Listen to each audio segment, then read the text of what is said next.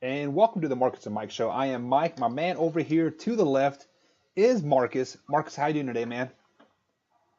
I'm doing all right. I'm a little discouraged about last night, so that kind of, as soon as I saw the outcome, man, I quickly switched gears to a movie or something. I don't know what I Yeah, watched, we will but yeah, definitely touch on that a lot because that was a big loss for the Raptors last night. was. But let's touch on some Royals Rangers baseball real fast. They actually had a Oh, series over the weekend. Royals did take 1 out of 4.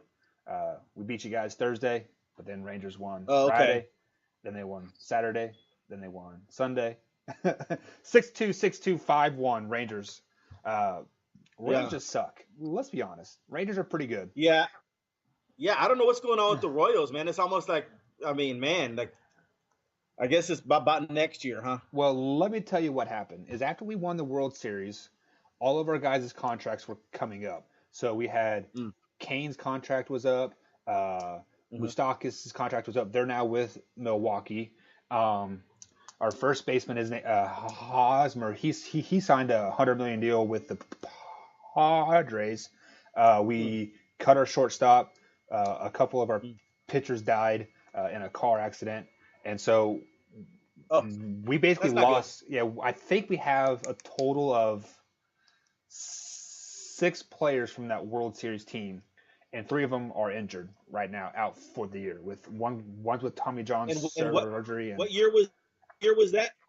we won the World Series in 2015. So three, Okay, four, that's I three, remember. That's right. three, That's right. 4 years Yeah. ago. So I mean, it is what it is. But times are tough here You're in not wearing Pennsylvania. you don't have the world champion hats and shirts and stuff. You don't wear those. I do when I'm out and about. I got my beanie. I got my flag Okay. at the flag up at the house. I got a couple shirts. That's what speeds do. But I'm stuck here at work, so Okay. I gotta dress for the You gotta man. You know. right, right. So There's no Kansas City Royals Day there, huh? no, they got on Friday. I wore my that's what speed do shirt because usually Fridays are kind of Okay. casual. You know, t-shirts are like you can't wear that here. Man, get out of here with that Right, stuff. That's nonsense. right. But speaking of Well, the getting Rangers, what? Go ahead. yeah, the Rangers pitching is terrible. I know they beat the Royals, but they must have come alive and pitched very well versus your Kansas City Royals. That's why I asked what's wrong with the Royals because the Rangers pitching is terrible. The Rangers survive off of their hitting, and their hitting is still pretty good. Yeah, And it's major league quality. It's top 10 quality.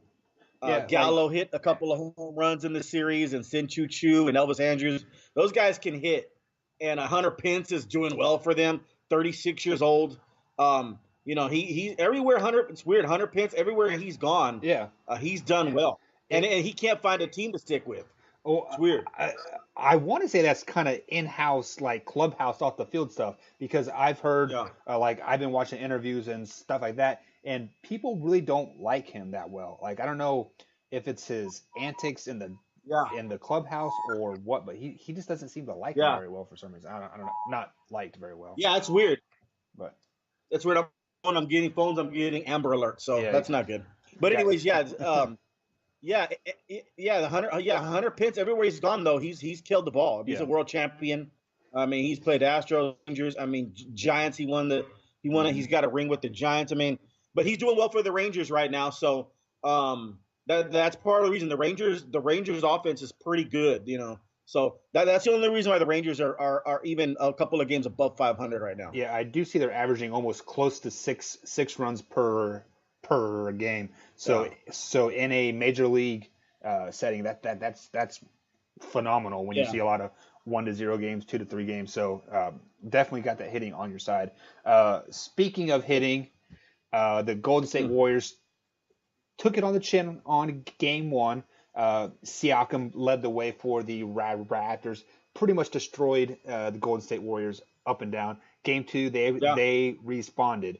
Um, this hmm game was back and forth, and early you had Steph Curry sick. Like I don't know if he had the flu or jitters or something, but he wasn't feeling well. He missed his first 6 shots.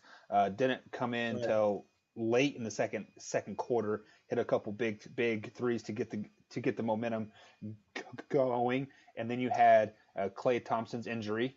Uh, Obviously, KAD's out, Yep. and they still managed to pull out a win there. Uh, so, what are your thoughts on this? Uh, is Raptors done? Do they have a chance? Are you still picking the Raptors in No, seven? no, I still have the Raptors in 7. They have a really good chance, but they kind of the Warriors went on a 26-3 run, backdoor cuts. The ball movement was absolutely excellent for the Golden State Warriors, and Toronto didn't have an answer for it, and Golden State turned up their defense as well. So Golden State plays defense in spurts, but they played a little bit longer defense in this game. This was more than a spurt. This was end of the first half, and almost throughout the entire third quarter. The Golden State Warriors turned their defense up, and it was a 26-3 run, which is amazing. And the ball movement was absolutely incredible. It was 2014 Spurs like. I mean, that's where the Warriors got their ball movement from. The Spurs birthed that ball movement type stuff, the beautiful game, and that's what the Warriors played in the third quarter. There was no hero ball. I mean, I think Curry. No, actually, no, he didn't. He didn't do that till the fourth quarter. Every basket the Warriors had, it was like 23 straight baskets, and they were assisted on. And I haven't seen that in a long, long time. A long, long time. Especially And from that them. the Warriors went back to the ball movement game without Kevin Durant, and they played it perfectly. And no better time to play it perfectly than when you're about to go down 0-2 in the NBA Finals. And they really took the Raptors out of their game. The Raptors kind of, like I said, they kind of gave up defensively a little bit in that third quarter because you're demoralized because you can't follow that ball as fast as the Warriors were moving it. And so, man, that 26-3 run from the end of the second quarter to the almost the beginning of the fourth quarter was amazing to watch. And the Raptors then turned it up again in the fourth quarter with maybe about 5 minutes left. And then the Warriors didn't score at all until the Iguodala shot for like 5 minutes. So it just goes to show you that the Raptors play pretty darn good defense. And all that, the beautiful game that the Golden State Warriors played last night on a 26-3 run, I mean, they could have lost the game if Iguodala misses that shot, because then now Toronto has down 2, with 4 seconds left, and I'll bet on Kawhi on that one. I'll bet on Kawhi making the right play.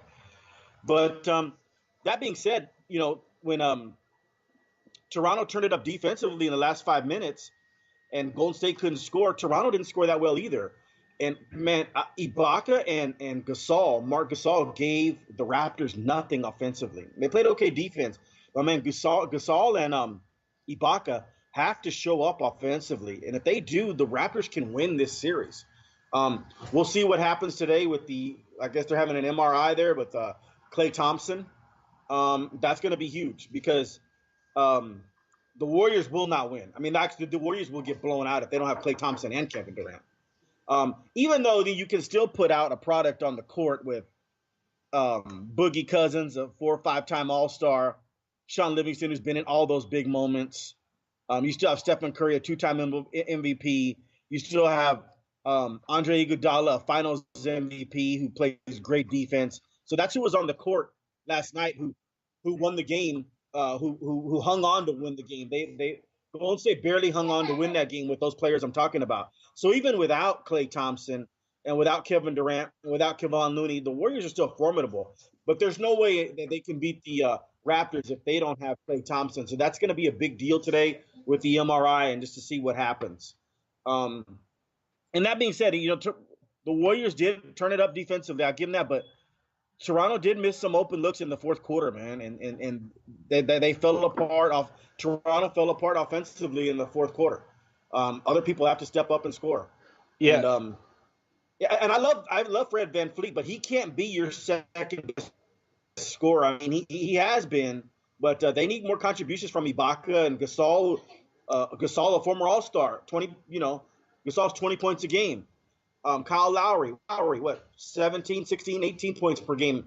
These guys need to score the basketball for Toronto to win. And it was some combination with the Warriors defense and them missing open shots. But give the Warriors credit, man. They played basketball the way basketball should be played. Great defensive ball movement, and that's what won them the game. Yeah. Me and my wife turned turned the game on. It was rough. I think it was like right at the start of the second quarter is when we started to watch it. And Yeah. the Toronto ball movement was it was just crazy. They were backdoor cutting, they were hitting layups. Steph Curry was still on the bench, and I think they're up by like 12 or 13 points. And then Steph Curry came back into the game. Yeah. He hit a deep three. They went Toronto. They went down. They tried to match a three. They airballed it or missed it. It was a horrible shot. Came back down. Cousins hit a three. Toronto came back down, missed a open layup, Yeah. like a backdoor cut, and then they went down to court and Curry hit another big three. So it was nine Yeah. quick points, boom, boom, boom, and like I kind of looked over at Cindy. I'm like, like she was like, why do they just keep shooting threes? Because she was referring to Toronto because they were hitting them on the backdoor cuts, finishing at the rim over and over and over. But then they started wanting to go 3 for 3, and she's like, that is not their game, and like that is 100% right, correct. That is not their game. They need to keep working the ball. Yeah. They need to beat them off the backdoor cuts, hit some mid range jumpers, Yeah. et cetera, et cetera, et cetera. And then when Steph Curry, he stole the ball, he had a layup and it kind of bounced around and he just stared at it. I instantly started hating Steph Curry at that point. Like I was like, I hope he falls and he breaks his face on something. Like that was the most arrogant, cocky thing that I've ever seen. And then he kicks the ball to to like the half court line. I don't know why, but it was dumb. But from that point on, Golden State Warriors had a swagger about them that I hadn't seen in a game in a game and a half. So Yeah. and it was this has got to be demoralizing for Toronto like at this point because Steph Curry was sick, Klay Thompson's out, Andre Iguodala he went out mid second quarter for like a little while. He was holding his head after a hard screen. KD was out. Cousins was huffing and puffing, and the Warriors still hung around. So this has got to be the most demoralizing loss that the Raptors have taken all postseason. Hopefully they can bounce back because I want them to win. After watching Steph Curry's little cocky, arrogant ass do whatever he does, I hate Golden State. I despise them with everything in my body right now. But Curry always does that. Right. Yeah, Curry's always like that. You notice game 1 he had 34 points, but did you notice he didn't do all that shimmying and pointing or anything? Because those 34 points were tough earned points. Toronto's got to make life hell for him. They can't have him going off and doing the shimmy and looking at the bench and all that. Like, dude, you got to Curry, man. I would not let him beat me. I don't care. I guess I'd let Klay beat me. Really, let Klay do the catch and shoot stuff. If Klay goes for 60 and we lose, oh, so be it. But man, the Raptors got to be kicking themselves. They came out lethargic in the third quarter, and the Warriors turned it on. And I saw the body language on the Toronto Raptors.